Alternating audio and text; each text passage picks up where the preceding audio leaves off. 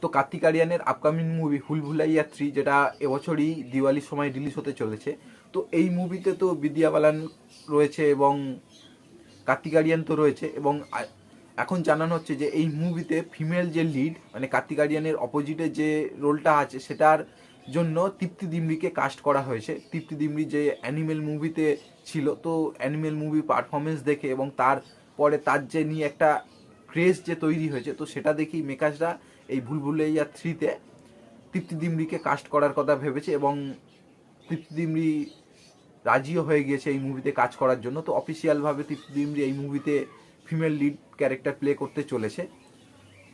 তো দেখাই যাক তৃপ্তি ডিমরি কেমন পারফরমেন্স দেয়। সে অভিনেতা খুব ভালোই, সে অ্যানিমেলের আগেও সে খুব ভালো ভালো কাজ করেছে। তো দেখাই যাক কি হয়।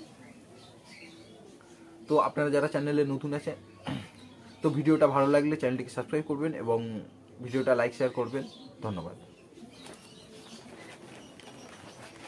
নে কর একটুকুনি